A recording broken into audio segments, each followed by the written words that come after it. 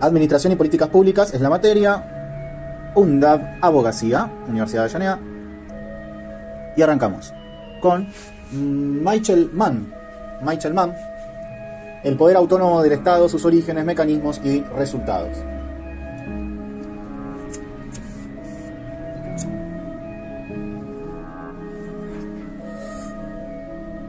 El gran problema: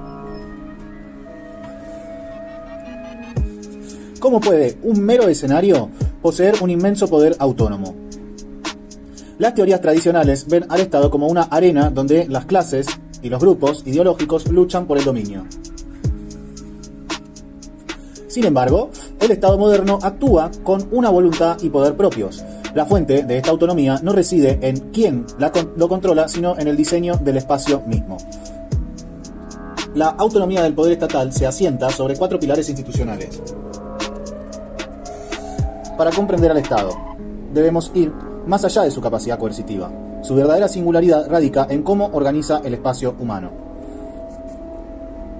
1. Instituciones diferenciadas, personal y burocracia permanente. 2. Centralización. Relaciones políticas irradian desde el centro a la periferia. 3. Territorialidad.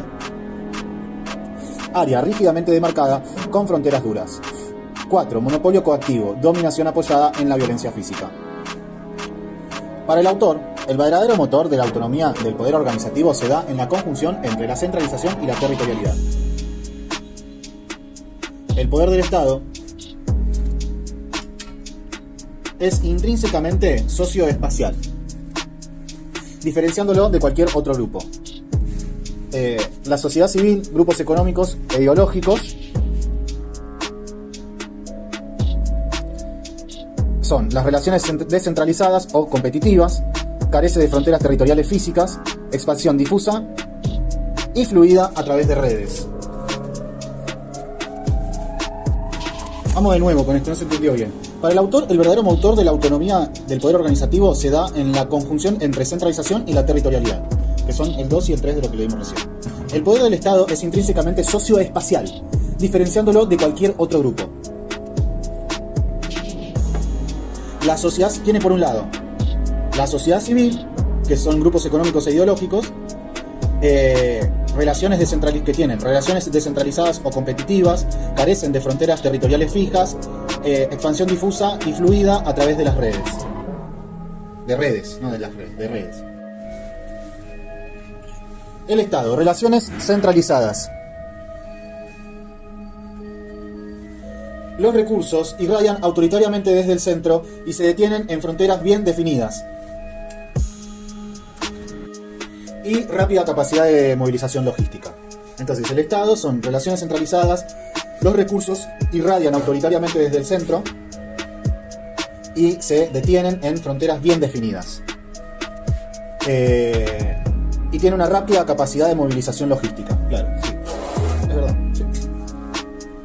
Entonces, la sociedad civil tiene relaciones descentralizadas o competitivas, carece de fronteras territoriales fijas, expansión difusa y fluida a través de redes. El Estado tiene relaciones centralizadas, los recursos irradian autoritariamente desde el centro y se detienen en fronteras bien definidas. Rápida capacidad de movilización logística.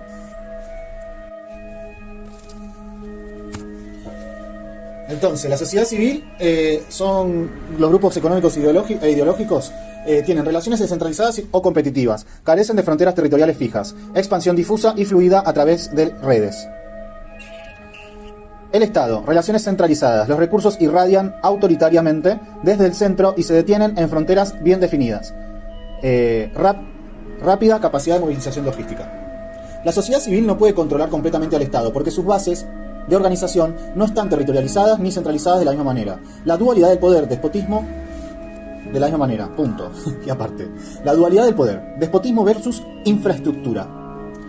El poder del Estado no es un concepto monolítico. Debe medirse en 2 ejes distintos a través de los que se ejerce de manera independiente. Poder despótico, el alcance de los que mandan, es el poder despótico, el alcance de los que mandan. Es el abanico de acciones que la élite estatal puede emprender sin negociación rutinaria con los grupos de la sociedad civil. Poder sobre la sociedad. Es el abanico, el poder despótico es el abanico de acciones que la élite estatal puede emprender sin negociación rutinaria con los grupos de la sociedad civil. Poder sobre la sociedad. Y por otro lado, el poder infraestructural, el alcance logístico, la capacidad de penetrar logísticamente la sociedad civil, coordinar sus actividades y ejecutar decisiones políticas en todo el territorio. Poder, ese es poder a través de la sociedad. Es el poder infraestructural, la capacidad de penetrar logísticamente la sociedad civil, coordinar sus actividades, por ejemplo, la escuela, ¿no? La escuela. Y ejecutar decisiones políticas en todo el territorio. Entre paréntesis, poder a través de la sociedad. Mientras que en la antigüedad, sociedad feudal, el poder despótico era descentralizado y fragmentado, se reconocía al déspota, pero este tenía materialmente poca capacidad lingüística para movilizar su poder. En la modernidad, todo el poder social se concentra en el poder infraestructural. Tiene una inmensa capacidad de penetración en la vida diaria de las personas. Este poder infraestructural, que vuelve más autónomo al Estado, surge porque la sociedad civil transfiere recursos al Estado centralizado para ejecutar tareas que las redes descentralizadas no pueden lograr por sí solas. Ejemplo, orden interior, proteger las relaciones de propiedad de la masa desposeída.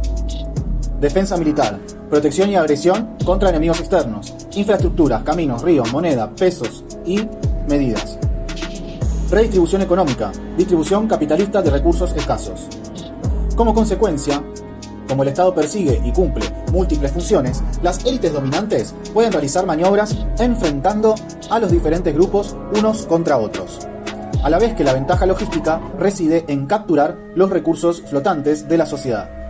La centralización proporciona posibilidades de movilización inigualables.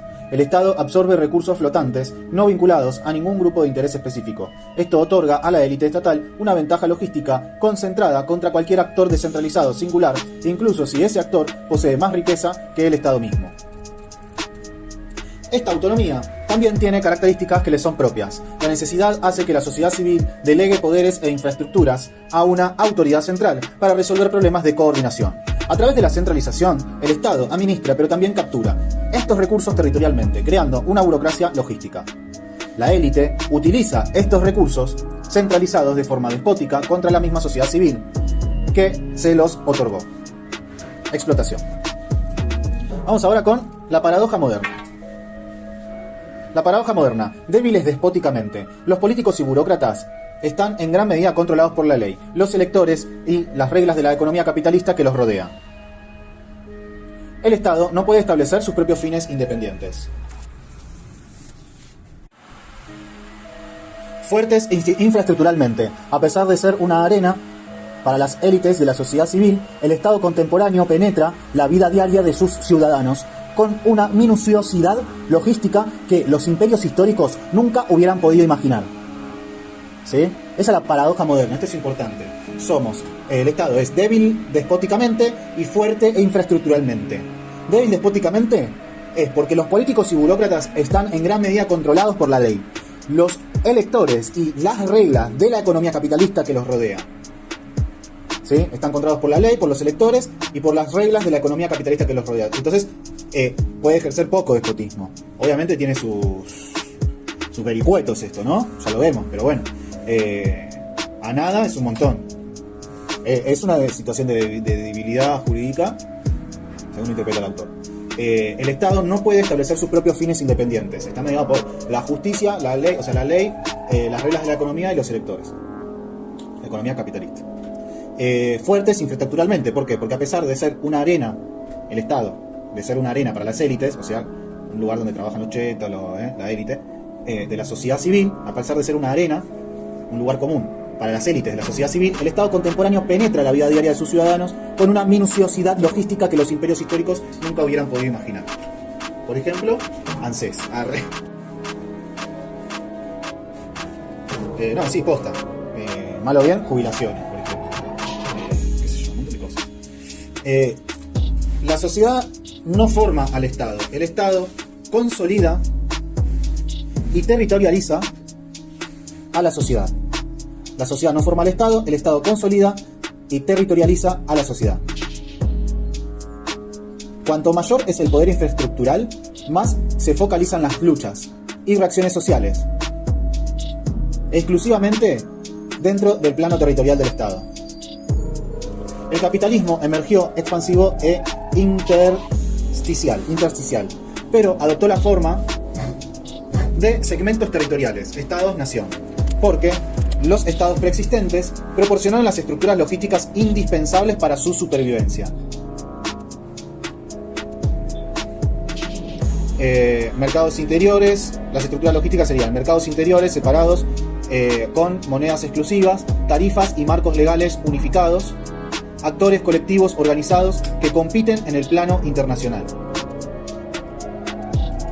El Estado no solo gobierna a la sociedad, la estructura geográficamente. El debate no debería centrarse únicamente en si el Estado es el instrumento de una clase u otra. La afirmación más general y profunda que podemos hacer sobre el poder estatal es su inmensa capacidad organizativa, donde los estados son fuertes, las sociedades están centralizadas y territorializadas. Este es el verdadero origen, mecanismo y resultado del poder autónomo del Estado.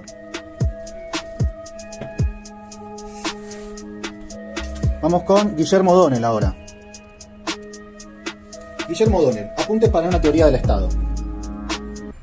¿Qué es el Estado? El Estado no es una cosa, ni una institución neutral aislada. Es una relación social y el componente específicamente político de la dominación. 1. Es relacional, una modalidad de vinculación asimétrica entre sujetos sociales, clases. 2. Territorial, opera dentro de una sociedad territorialmente delimitada. 3. Coactivo, respaldado por la supremacía marcada en el control de los medios de coerción física. Es relacional, territorial y coactivo. Relacional es una modalidad de vinculación asimétrica entre sujetos sociales, clases. Territorial, opera dentro de una sociedad territorialmente delimitada. Coactivo, respaldado por la supremacía marcada en el control de los medios de coerción física. El Estado mantiene el control ideológico. El dominado asume la relación asimétrica como justa y natural.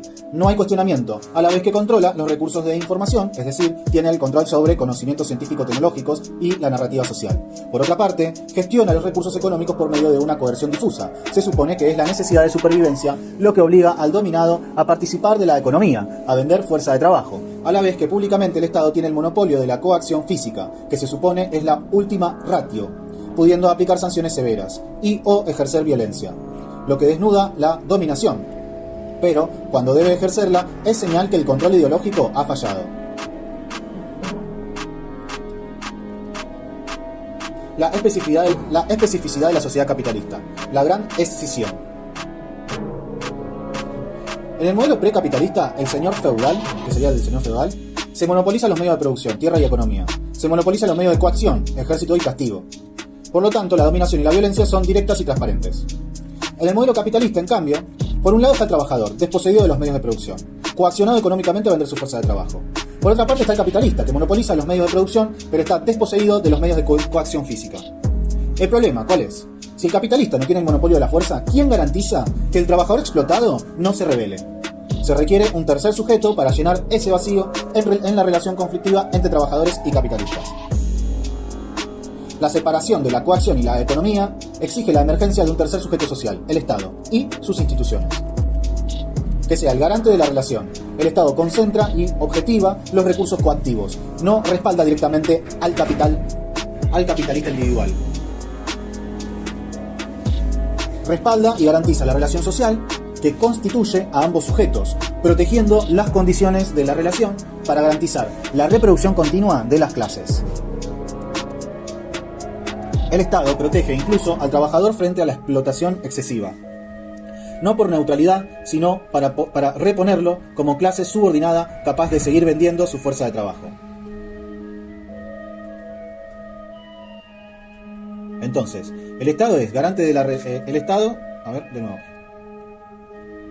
es garante de la relación.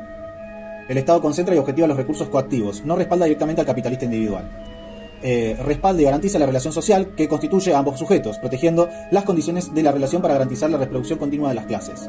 El Estado protege incluso al trabajador frente a la explotación excesiva, no por neutralidad, sino para reponerlo como clase subordinada capaz de seguir vendiendo su fuerza de trabajo. O sea, bueno no es ni a palos el Estado, según esto. Es solo para seguirte dominando. El fetiche institucional y la ilusión de exterioridad. El fetiche. Las instituciones ocultan su función coactiva. Aparecen ante la conciencia ordinaria como un poder ajeno, un árbitro externo y superior, desvinculado de la dominación que garantizan.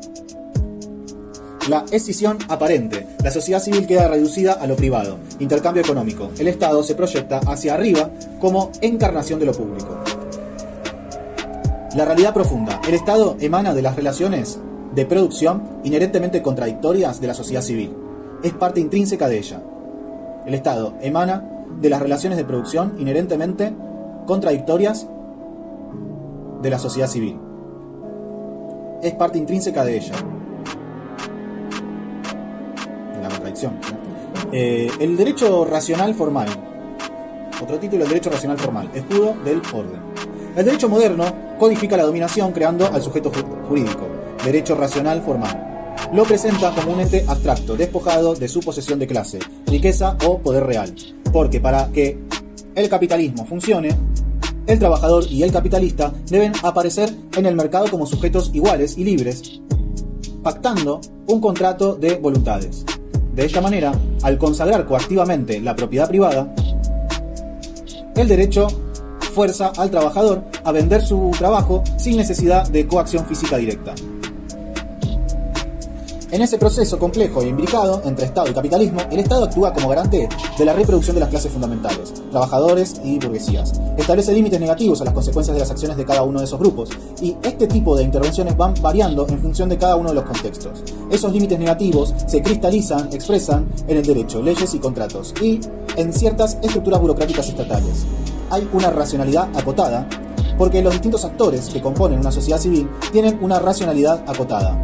Intervienen con una mirada más sectorial, es decir, en respuesta a sus propios intereses, y el Estado tiene una mirada más de conjunto. Esto, en un Estado capitalista y especialmente en un Estado de derecho, tienen la particularidad de que parten del principio de igualdad ante la ley.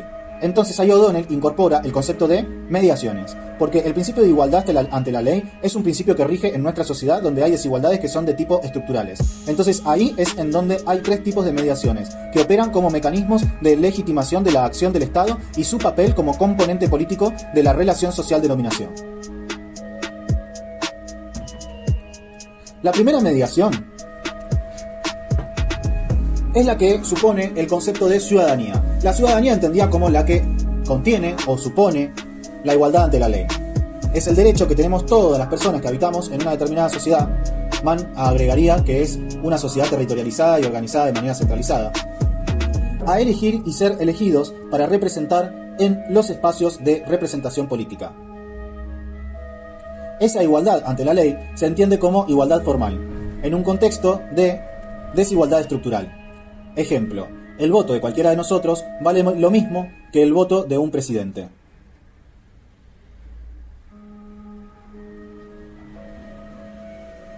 La segunda mediación es la idea de nación, idea de una identidad y una cohesión desde el punto de vista territorial cuando está ligada a un Estado. La idea de nación otorga legitimidad al Estado porque está ligada a la conformación de una identidad nacional.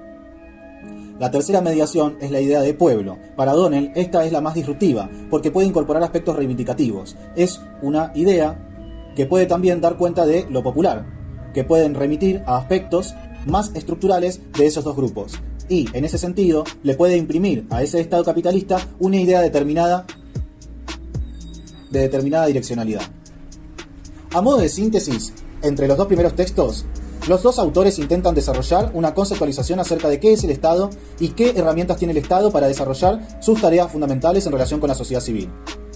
Si para Mann el Estado tiene un principio de autonomía en relación con la sociedad civil, y es ese principio de autonomía lo que le otorga un lugar fundamental para organizar una sociedad territorializada de manera centralizada, y lo hace a través de esas dos formas de poder, despótico e infraestructural, que son dos dimensiones que en diferentes proporciones están presentes en las múltiples formas de estados que existieron a lo largo de la historia. Precisamente por ese principio de autonomía, en la que el Estado se constituye como la arena, el escenario, en la que los distintos grupos que componen una sociedad entran en conflicto, dirimen sus disputas, reconocen y construyen un acuerdo o no sobre hacia dónde ir.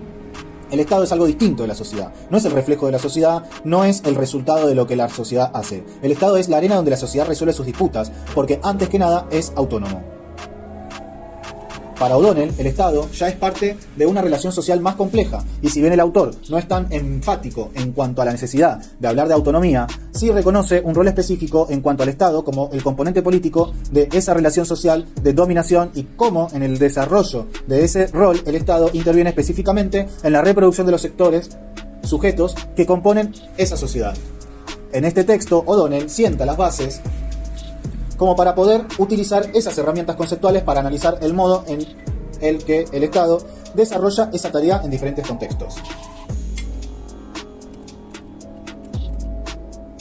En ambos autores hay dos principios. Uno, cómo se va desarrollando esa relación entre Estado y sociedad civil. Hay una relación que es dialéctica, que es íntima entre esas dos dimensiones, Estado y sociedad civil, y es dinámica.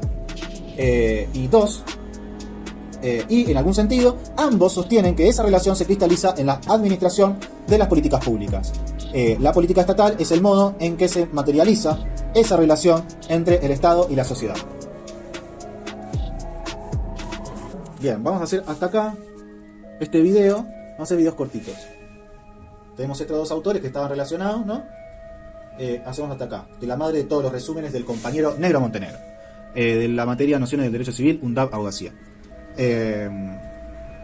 Hacemos hasta acá y después vamos avanzando de por cada clase. Por ahí cada dos autores hacemos un video o algo así. Vamos viendo.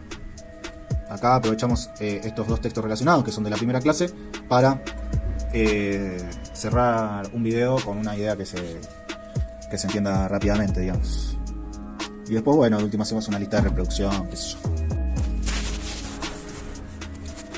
Bueno, continuamos con la madre de todos los resúmenes del compañero Negro Montenegro, Ezequiel Negro Montenegro, que hizo un resumen espectacular, el cual vamos a ir fragmentando más o menos en el quinto video para hacer una buena lista de reproducción de resumen para el parcial de la materia Administración y Políticas Públicas de la Universidad de Avellaneda, carrera de Abogacía. Vamos con Ernesto Isuani, Bismarck o Keynes. ¿Quién es el culpable? Notas sobre la crisis de acumulación. El autor comienza describiendo un error histórico. Desde la perspectiva convencional, es común asociar el estado de bienestar exclusivamente con la etapa de intervención keynesiana posterior a la Gran Depresión, tratando a ambos fenómenos como un fenómeno único. Pero, para producir un diagnóstico correcto y entender la crisis de los años 70, es imperativo desacoplar estos dos sistemas, ya que operan bajo orígenes, motivaciones y lógicas mecánicas radicalmente distintas. Parámetros estructurales del Estado benefactor y del Estado keynesiano. El Estado benefactor era Bismarck, y el Estado keynesiano Keynes. El Estado de bienestar, como quien dice, ¿no? Bueno.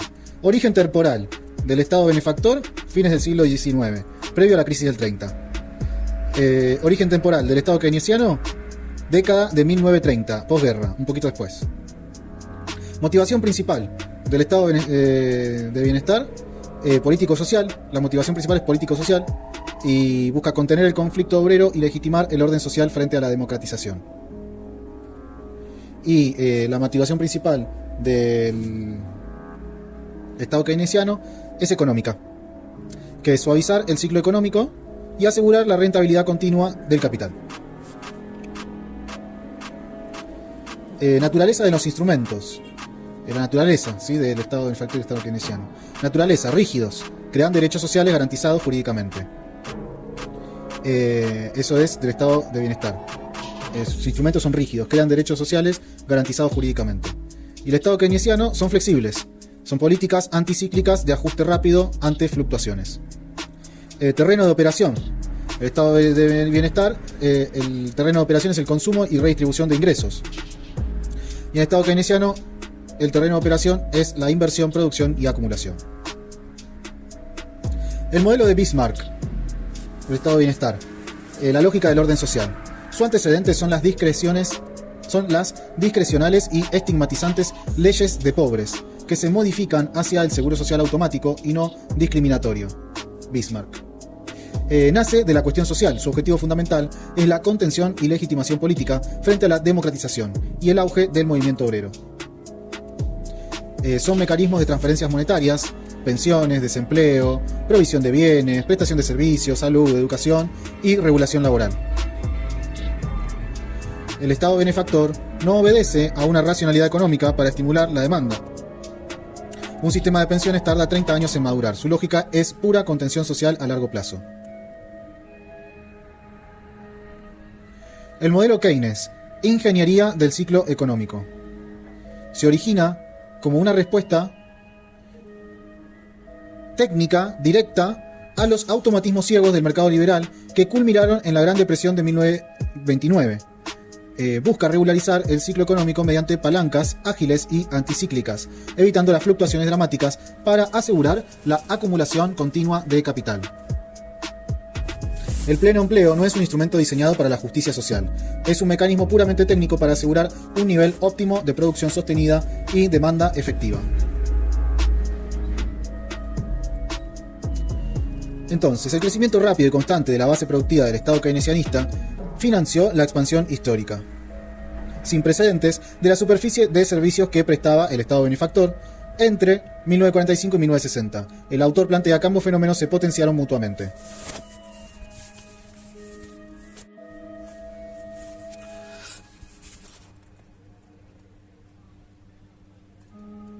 La crisis de los 70. Tras décadas de crecimiento ininterrumpido, el sistema colapsa simultáneamente. Caída de la producción, desplome de productividad y precios descontrolados. A diferencia del crack de 1929, una crisis de subconsumo, la década del 70 presenta una profunda crisis de acumulación y debilidad de inversión. La crisis fue acelerada por el financiamiento inflacionario de la guerra de Vietnam, la ruptura del sistema de Bretton Woods y el shock petrolero. La inflación se torna una herramienta económica para gestionar el conflicto, porque imponer dosis masivas de recesión y desempleo para disciplinar a la fuerza laboral tenía un costo político inaceptable en las democracias de la posguerra. Se utilizó la inflación sistemáticamente para licuar los salarios reales e imponer límites a la redistribución progresiva sin tener que confrontar mediante despidos masivos. Se acusa al Estado benefactor de reducir el excedente para la inversión productiva y generar rigideces normativas, leyes contra despidos. Pero los datos demuestran que el seguro de desempleo operó de forma perfectamente anticíclica. A mayor desempleo, mayor gasto. La crisis habitaba en el corazón de la estabilidad del empleo, Estado keynesiano, no en las políticas extramercado propias del Estado benefactor. El autor plantea que fue la regularización técnica del ciclo económico y la garantía del pleno empleo lo que alteró radicalmente el balance de poder estructural. Al suprimir la recesión, el castigo tradicional del mercado, el Estado keynesiano saboteó su propio éxito, desencadenando la pugna distributiva que paralizó irremediablemente la acumulación capitalista.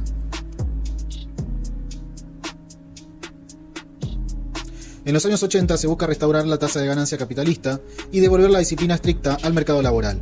Para ello se plantean 3 medidas. 1. Renuncia absoluta y deliberada al objetivo del pleno empleo. 2. Abstención estricta en el uso de políticas anticíclicas para salvar industrias. 3. Uso deliberado del desempleo masivo y políticas monetaristas recesivas para quebrar definitivamente el poder de negociación sindical. En los años 80 se busca restaurar la tasa de ganancia capitalista y devolver la disciplina estricta al mercado laboral. Para ello se plantean 3 medidas. 1. Renuncia absoluta y deliberada al objetivo del pleno empleo.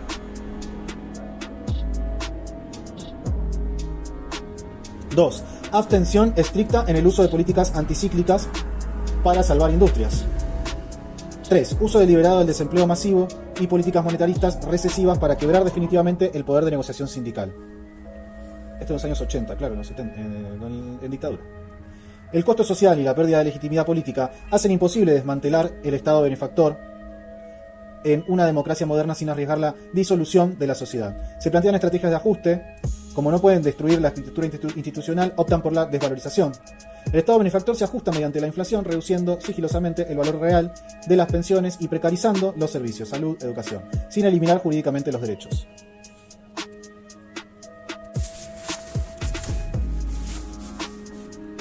Seguimos con Jorge García Arena. Jorge García Arena. Vamos, Jorge. El Estado latinoamericano en perspectiva. Figuras, crisis, prospectiva. Política es una relación de dominación. Y, partiendo de esa premisa, caracteriza. En Latinoamérica hay una relación directa entre Estado y nación. Son estados, los latinoamericanos, que retoman la tradición constitucionalista, francesa y norteamericana principalmente. Tienen un carácter histórico, construcción de intereses y jerarquías.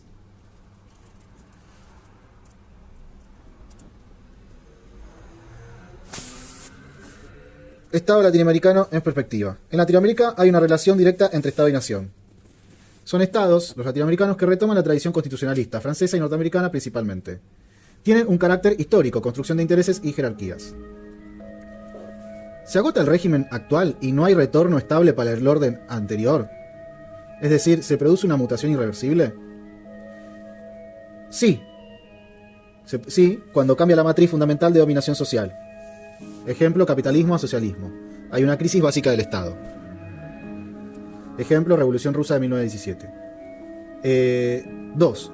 Cuando la matriz capitalista se mantiene, pero cambia la figura institucional porque no puede resolver conflictos con recursos normales, se está ante una crisis de la forma del Estado. O sea, ahí no cambia. Las meras reformas constitucionales o crisis de gabinete, gobierno, no son crisis de Estado. Una crisis de Estado implica la cristalización política de un nuevo orden social. Para que haya crisis del Estado, tienen que cambiar los fundamentos de la relación de dominación. Por ejemplo, el paso de la colonia a la conformación del Estado argentino. Cambian los fundamentos de la forma de dominación. Puede haber crisis en las formas del Estado, pero no necesariamente de los fundamentos de las relaciones de dominación del Estado. Hay distintas formas de Estado. Buscar las características de cada uno en el texto. Está el Estado oligárquico, fin del siglo XIX hasta 1930, consolidación territorial y mercado exportador exclusivamente, dependiente de la división internacional del trabajo. Estado nacional y popular o populista, post-1930, solución híbrida, redistribución y masificación, desarrollo por sustitución de importaciones. Estado desarrollista, post-guerra mundial, post-segunda guerra mundial, crecimiento económico, CEPAL, mercado regulado. Estado neo-oligárquico, años 70, militarización, neoliberalismo, represión genocida, reinstauración del modelo agroexportador y destrucción de la industria de sustitución de exportaciones. Estado liberal, reconstitución del Estado sobre nuevas bases y tensiones de deuda, o sea, neoliberalismo. La paradoja contemporánea, autonomía condicionada. Hacia el interior de los estados latinoamericanos actuales. El Estado tiene mayor autonomía frente a la sociedad civil.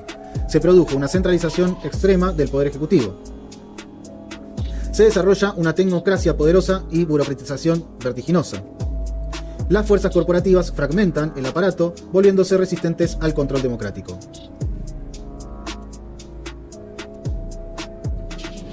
Hacia el exterior de los estados latinoamericanos actuales. Tienen una inmensa subordinación a la megaeconomía. Hacia el exterior, los estados latinoamericanos actuales tienen una inmensa subordinación a la megaeconomía.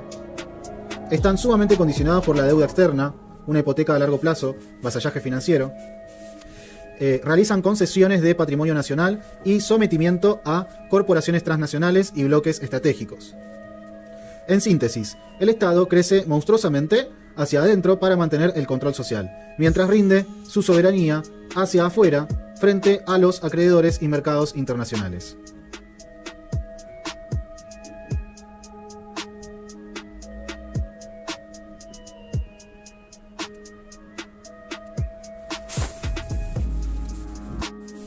Bien, seguimos.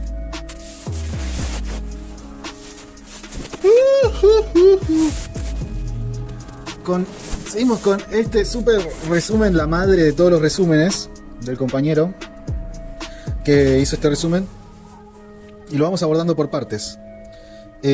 Ahora vamos a ver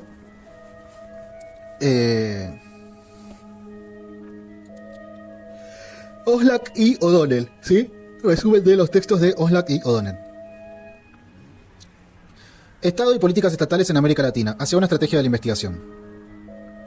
Estos textos buscan desarrollar un protomodelo para la producción de políticas públicas. Quieren interpretar de qué forma funcionan las relaciones de Estado y sociedad en Latinoamérica.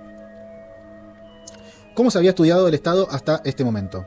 Dos tipos de enfoques. Uno, ponen el énfasis en los inputs, antecedentes que dan origen a las políticas públicas, causas de las políticas públicas. Los autores critican que este enfoque es insuficiente, la identificación de los elementos nunca es exhaustiva y pueden haber otros elementos. Si uno se detiene solo en los antecedentes, no se analizan las políticas públicas en sí y sus efectos. 2. Estudian las políticas públicas a partir de los outputs, solo los efectos y el impacto de las políticas públicas. Los autores critican que esta mirada, al igual que en el 1, es limitada. Establece una relación lineal entre la política pública y su resultado, omitiendo o eliminando el contexto. Plantean que un esquema superador de 1 y 2 es la combinación de los mismos, aunque este modelo también sigue subestimando un poco el contexto y el proceso que se pierde. Para los autores de la política estatal es la toma de posición del Estado ante un tema socialmente problematizado. Consideran que A. Hay que identificar el problema asociado al grupo que lo plantea como tal. Esos grupos toman posición ante el problema. El Estado puede o no tomar la misma posición. B. ¿Qué hace el Estado ante esa situación? Si busca dar una respuesta sustantiva al problema o busca neutralizarlo o desactivarlo. Para entender este estado ya no sirve observar solo el centro nacional. Debemos mapear cómo penetra coercitiva y cooptativamente en la sociedad. El trío de dominación. El Estado está hipertrofiado por el trío de dominación. Este lo componen 1. La burocracia y los militares. Generan intereses burocráticos propios e impulsan ideologías nacionalistas enfocadas en el control social. 2. Capital internacional. Impulsa el crecimiento darwiniano y la integración a mercados externos, escapando al control directo. 3. La burguesía nacional, capas agrarias y urbanas dinámicas que buscan protección y acceso para negociar su supervivencia. Entonces, para entender este estado ya no sirve observar solo el centro nacional. Debemos mapear cómo penetra coercitiva y cooptativamente en la sociedad. El trío de dominación. El Estado está hipertrofiado por el trío de dominación. Este lo componen 1. La burocracia y los militares. Generan intereses burocráticos propios e impulsan ideologías nacionalistas enfocadas en el control social. 2. Capital internacional. Impulsa el crecimiento darwiniano y la integración a mercados externos, escapando al control directo. 3. La burguesía nacional. Capas agrarias y urbanas dinámicas que buscan protección y acceso para negociar su supervivencia. La paradoja del Estado. Para garantizar el crecimiento capitalista, el Estado debe intervenir y controlar la sociedad. Esto exige tecnificarse y expandirse, generando una hipertrofia burocrática con intereses propios que a menudo contradicen a sus propios aliados. Bien, vamos a leer un cuadro comparativo en el cual nos explica el enfoque tradicional comparado con el protomodelo de Oslak y O'Donnell.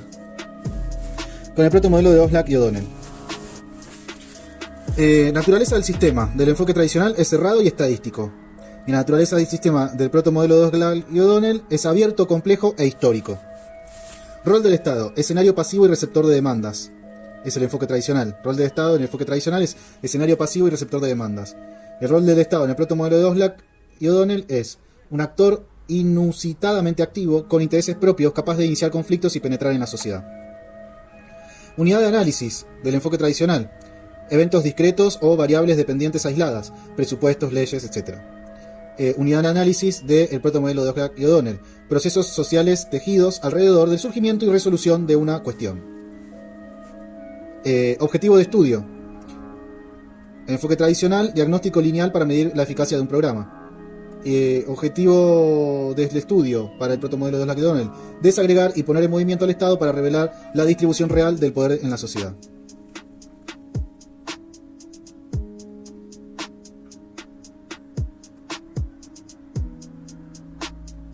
¿Qué merece ser una cuestión? Estrategias de bloqueo. Ninguna sociedad puede atender todas las demandas.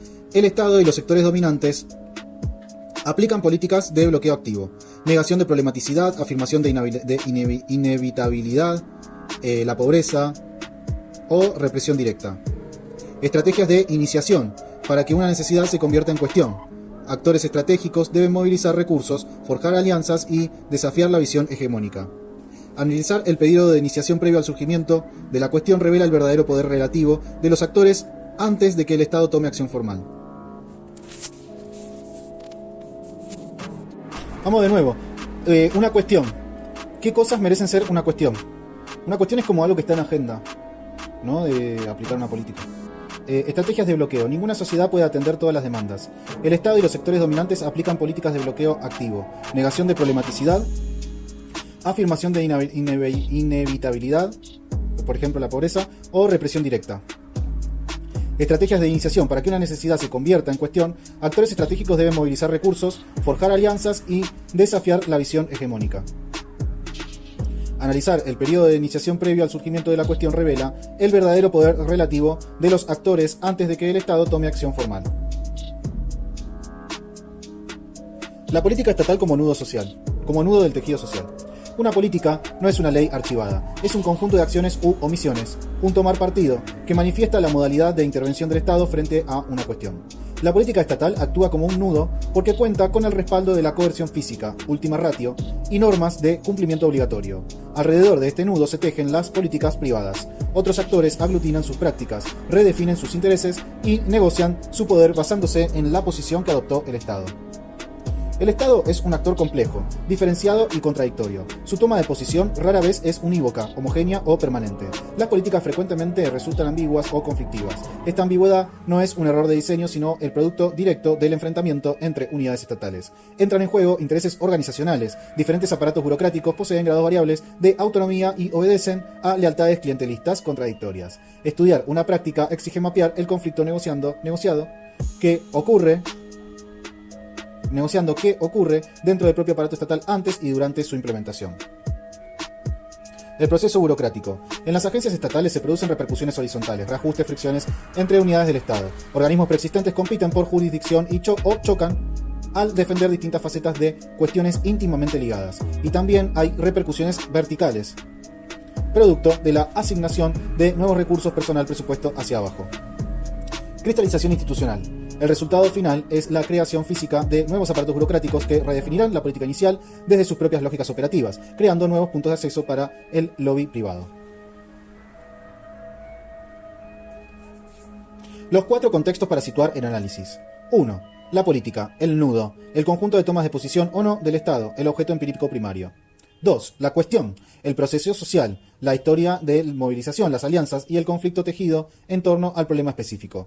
3. La agenda, el espacio problemático, el mapa total de prioridades vigentes. El poder de un actor depende de cuántas cuestiones puede atender simultáneamente frente a otros. 4. La estructura social, el telón de fondo, la distribución macroscópica de clases y recursos, el contexto global que rige quien tiene la capacidad potencial de actuar.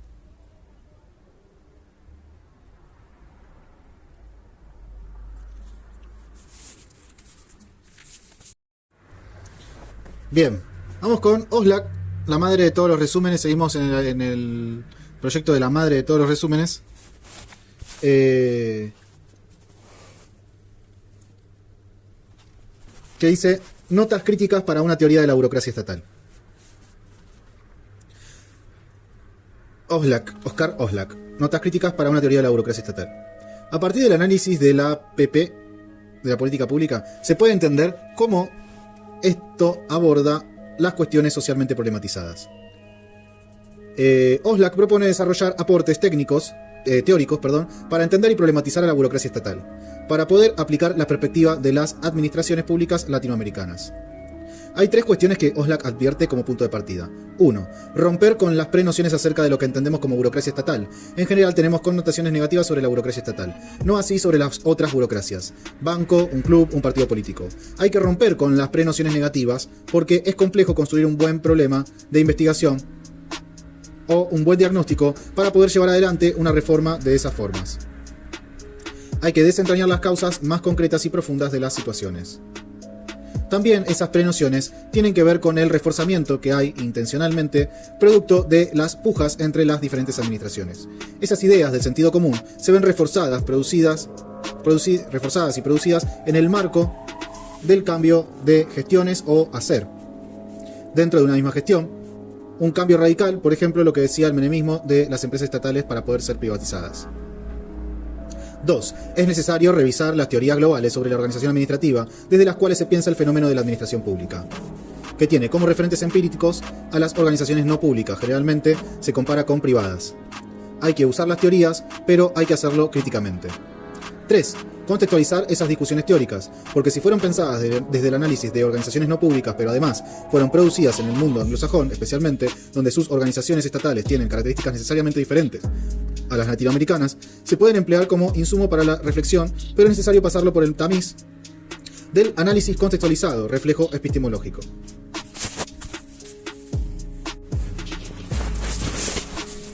La organización estatal es distinta a otras burocracias porque su esfera de competencia específica es todo el Estado. Son organizaciones, las estatales, están atravesadas por su contexto histórico. Oslak propone un recorrido sobre esto. 1. El concepto de burocracia aparece en la Francia del siglo XVIII, que comenzaba a tener un cuerpo de funcionarios, cuyo fin era asistir al monarca en la tarea de gobernar. Y ya ahí entra en discusión el interés público y el propio, privado. Ahí el autor retoma los textos de Marx, para quien la burocracia estatal responde a la existencia de intereses particulares de la sociedad civil, corporaciones, gremios y demás, que logran colonizar ciertas estructuras que están cercanas al soberano, pero están cristalizando la toma de posición del Estado a partir del sector social del que ellos provienen. Burocracia igual nexo o mediación entre el interés del Estado y el interés particular de esas corporaciones. Marx retoma a Hegel en estas ideas. La burocracia ya no era un órgano de clase dominante, en el 18 brumario, sino que se va moldeando en torno a la complejidad que tiene que administrar. Por ejemplo, cuando el Estado retira la gestión de la educación a la Iglesia para pasar a ser administrada por el Estado. El Estado capta, cercena otras capacidades para robustecer la estructura pública. Son tensiones que están presentes en el Estado moderno. 2. Oslak se va a Lenin y Weber porque ambos autores comparten una mirada histórico-estructural. Pensar a la burocracia en un complejo de relaciones más amplio. Para Lenin, los aparatos de Estado funcionan como mediación entre el Estado y la sociedad civil, y en ese contexto hay que hacerse de los aparatos de conducción del Estado, porque la clase dominante no va a llevar adelante, por ejemplo, la modernización de la estructura administrativa. Porque la clase dominante no lo va a llevar adelante. Por ejemplo, la modernización de la estructura administrativa. Weber plantea que el modelo de organización burocrático es el modelo de organización que mejor funciona con la modernidad, en la medida que explica de manera más acabada cómo funciona esa racionalidad moderna. Weber trabajaba con tipos ideales y hace un decálogo de las características que deben tener las organizaciones burocráticas modernas. Weber habla de la burocracia en general, no la estatal en particular. 3. Corriente administrativa organizacional. Modelo de Taylor. Modelo del Fordismo. Producción en serie, línea de montaje. Para maximizar la eficiencia de los recursos. Las corrientes más relacionadas con la política, 1 y 2, abandonan o no revisan los procesos internos de la administración. Los abandonan. Contrario al Fordismo. Y se detienen más en el contexto.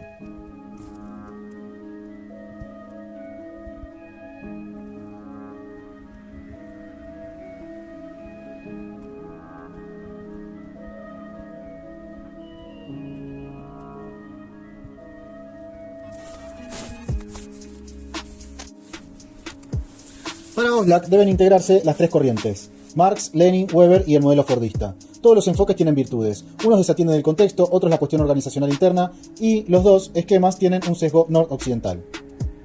Hay que ir a un paradigma emergente. No es necesario arribar a un consenso de qué es la burocracia estatal. Sintetizar qué es o qué no es la burocracia estatal. En cada uno de los aportes hay fragmentos interesantes, sin suponer que hay uno que es mejor o superador que el otro. Tiene que haber un piso básico de acuerdo, el Estado como relación, el funcionamiento constitucional del Estado, etc. Hay que pensar la burocracia estatal como mediación entre la sociedad civil y el Estado, igual que Hegel, y por ese motivo es necesario pensar cómo las estructuras administrativas se desarrollan en ese rol. Ahí el autor plantea que la burocracia estatal tiene dos capacidades: una capacidad extractiva, modo en el que la estructura tiene la facultad de extraer y reclamar para sí los recursos que son esenciales para su funcionamiento, ejemplo, presupuesto, y una capacidad productiva, que es el modo en el que realiza su función, cumple con el fin que persigue. Hay que entender la especificidad de la burocracia estatal respecto de otras organizaciones. No se puede confundir a las organizaciones estatales como con otro tipo de organizaciones. El modo en el que se configuran las organizaciones que no son las administraciones estatales, el modo en el que piensa en concepto de competencia es muy distinto a cómo piensan esto las administraciones estatales. La competencia es una competencia de mercado. En las organizaciones estatales esto no funciona así. Administran aspectos específicos de la cosa pública. Desde ya que tienen conflictos, competencia, intraburocráticos, pero son otro tipo de complejidades. En las organizaciones estatales se supone un aspecto cualitativamente distinto respecto de otras organizaciones no estatales. El Estado produce bienes, servicios, regulaciones, símbolos, etc., que son distintos a los que desarrollan otras organizaciones. Esto implica una heterogeneidad de elementos específicos de la burocracia estatal. Los condicionamientos históricos que atraviesan a la administración estatal y ciertos tiempos de esos procesos que la afectan de forma específica, distinta a otras organizaciones no estatales. Un ejemplo son los tiempos en los que cambia una gestión a otra. Por ejemplo, en la afectación de esa estructura administrativa. Al cambiar las gestiones que se rediseñan muchas estructuras, por ejemplo, degradar un ministerio o secretaría directamente, eliminarla y reorientar o no las tareas de esa estructura que esa estructura desarrollaba. Oslak plantea que todos estos aspectos permiten identificar especificidades para analizar la burocracia estatal. ¿Cuál es el rol de la burocracia estatal? Para el autor hay que entender siempre al Estado como una mediación entre la sociedad civil y a partir de eso caracteriza tres roles. 1. Rol sectorial. Como las estructuras administrativas expresaban, en su origen, la mirada de un sector de la sociedad civil, pero al mismo tiempo comenzaron a generar un interés propio. Mirada propia sobre el ámbito en el que tienen su competencia. No son simples instrumentos del Estado, tienen una representación e intereses propios, misiones, funciones, etc. 2. Rol como mediadora. La burocracia puede exponer, promover, neutralizar intereses que son de sectores de la sociedad civil. Por ejemplo, el interés de sectores privados sobre el desarrollo del sistema científico para su propio desarrollo. A veces también pueden poner límites a otros sectores desde esa burocracia estatal. 3. Rol infraestructural. Tienen todos los conocimientos, las energías y los recursos para cumplir con esas competencias específicas, misiones y fines. Ejemplo, Arca tiene la estructura para recaudar todos los impuestos que recauda y poder influir en la sociedad civil que tributa. El docente recomienda ver la Ley de Administración Financiera del Menemismo.